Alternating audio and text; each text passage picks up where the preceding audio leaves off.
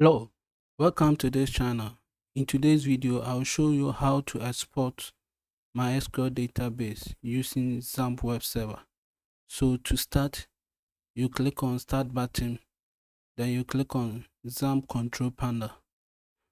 When XAMPP Control Panel pop-up appear, you click on Admin tab to move you to the database. Then you select the database that you want to backup. Then you select all the table of the database by clicking on Click All to select the table of the database you want to export.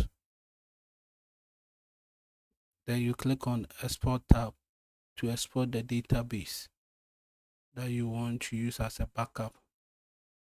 Then you click on Go.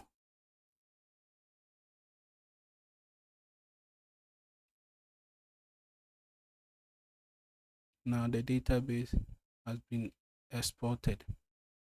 Here's the database, so you can open it.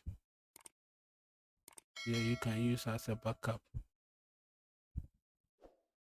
Thank you for watching this video. Please kindly subscribe to this channel to receive an update. Thank you.